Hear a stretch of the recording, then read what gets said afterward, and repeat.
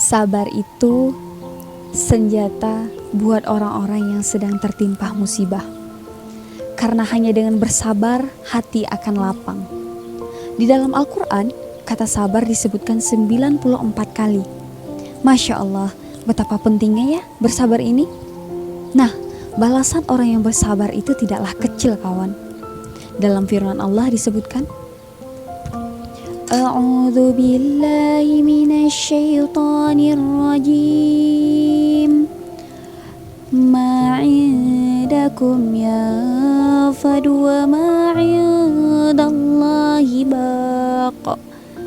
Wa lanajziyanna alladhina sabaru ajrahum bi ahsani ma kanu ya'malun.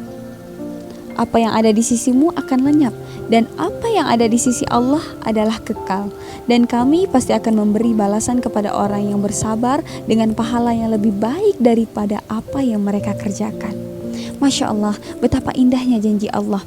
Seberapapun besarnya lelah kita, janganlah pernah putus asa, karena balasan Allah akan berlipat ganda. Perbaiki niat kita terhadap apapun yang kita kerjakan, dan bila ia tidak mudah dilakukan, bilang ke Allah dan bersabarlah dalam menjalaninya. Jangan katakan kepada Allah kalau kita punya masalah besar, tapi katakan kepada masalah kalau kita punya Allah yang maha besar. Bila kita diuji dengan sakit, maka bersabarlah. Sehat, bersyukurlah. Bila kita diberi kesedihan, bersabarlah. Bila kita diberi kesenangan, bersyukurlah. Jadi apapun yang kita rasakan, coba bilang ke Allah. Bila ia sebuah nikmat, maka bersyukurlah. Bila ia sebuah ujian, bersabarlah. Karena Allah gak akan memberikan sesuatu kecuali kita sanggup memikulnya. Masalahmu belum tentu bisa aku pikul, masalahku belum tentu bisa kau pikul. Karena kadar kemampuan kita berbeda, kawan. Bila engkau merasa masalahmu lebih besar dari masalahku, berarti kamu itu kuat, hebat daripada aku. Karena bila masalahmu kupikul, belum tentu aku sanggup menahannya.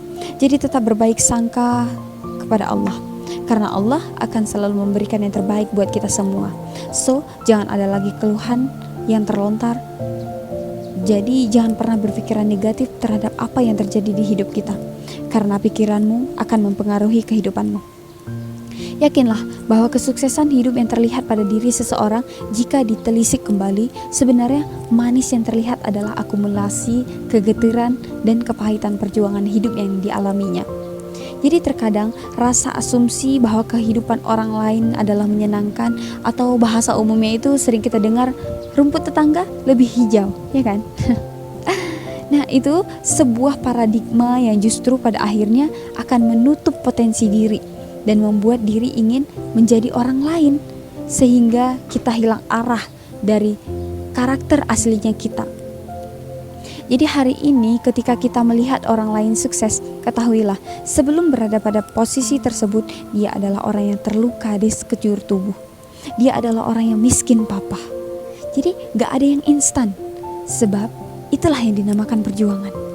Tahu gak kenapa keringat dan air mata rasanya asin? Karena memang perjuangan kita tidak mengenal kata manis. Sebab ia diciptakan untuk diusahai, karena ia adalah jalan untuk kita menangkan. Tetap jaga semangat dan tetap bahagia. Wallahu a'lam.